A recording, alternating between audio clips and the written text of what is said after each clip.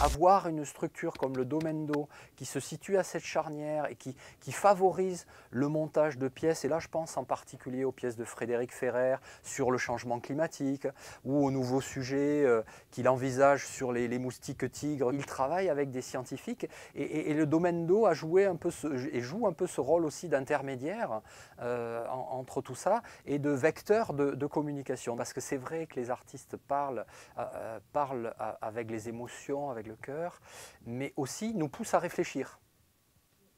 Alors que nous, on fait un peu le chemin inverse, c'est-à-dire qu'on essaye d'être très cartésien et on réfléchit beaucoup, mais ça doit aussi insuffler quelque chose dans notre vécu et dans notre relation au monde.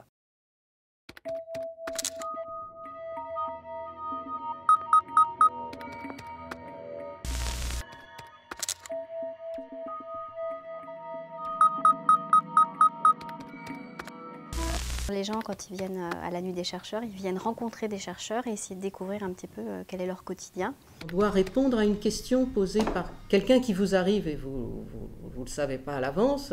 Ça peut être un bout de chou de 10 ans ou lui-même un grand scientifique. Ce à quoi je ne m'attendais pas finalement, c'est que les artistes et les metteurs en scène allaient nous mettre en scène, nous scientifiques. En une minute, qu'est-ce que je peux lui dire sur pourquoi les glaciers reculent ou pourquoi il y a le Salar d'Uyuni ou voilà. Pour nous, c'est aussi prendre des risques que de faire ça, parce qu'on est très bien dans nos bureaux ou moi dans ma forêt. Les politiques nous demandent de plus en plus de justifier l'intérêt de notre travail et donc finalement de communiquer avec cette société. Mais on n'est pas du tout formé à ça.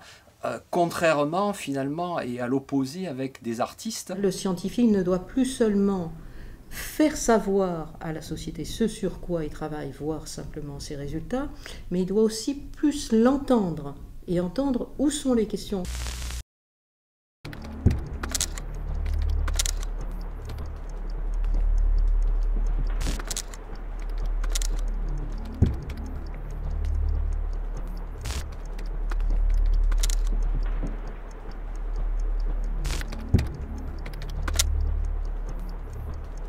C'était se retrouver immergé avec des artistes pendant quelques jours, à la fois présenter nous ce qu'on fait, nous ce qui nous passionne en termes de recherche dans le contexte en fait de l'emmenée des forêts, l'emmenée internationale des forêts, donc toutes les problématiques autour des forêts, des changements climatiques. Ensuite, entre ces temps qui étaient des temps un petit peu formels, formalisés, il y avait des temps un petit peu plus libres de discussion et d'échange sur tous les sujets qui pouvaient nous intéresser.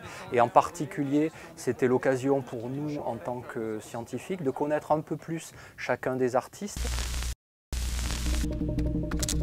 Quand est-ce que je me suis rendu compte que j'avais deux ouvertures dans le crâne qui correspondent parfaitement aux deux yeux? Il aurait été tentant d'embrasser une époque ou un genre.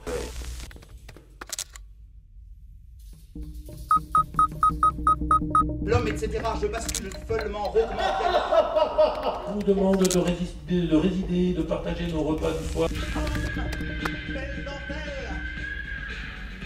C'est des projets qui sont nés de la tête des artistes, mais de la rencontre avec les chercheurs. Mais le but, c'était de susciter un processus créatif auprès d'un certain nombre d'artistes qui allaient produire une production à la fois écrite et jouée, qui puisse être jouée. D'arriver à trouver ces petits moments de la vie d'un chercheur dans son laboratoire ou dans ses mots, dans ses langages et d'en sortir quelque chose qui est un peu décalé et qui est révélateur. Faire apparaître quelque chose sous forme d'enquête. On avait l'impression d'avoir une espèce de loupe, une loupe déformante sur la vie du chercheur. Moi,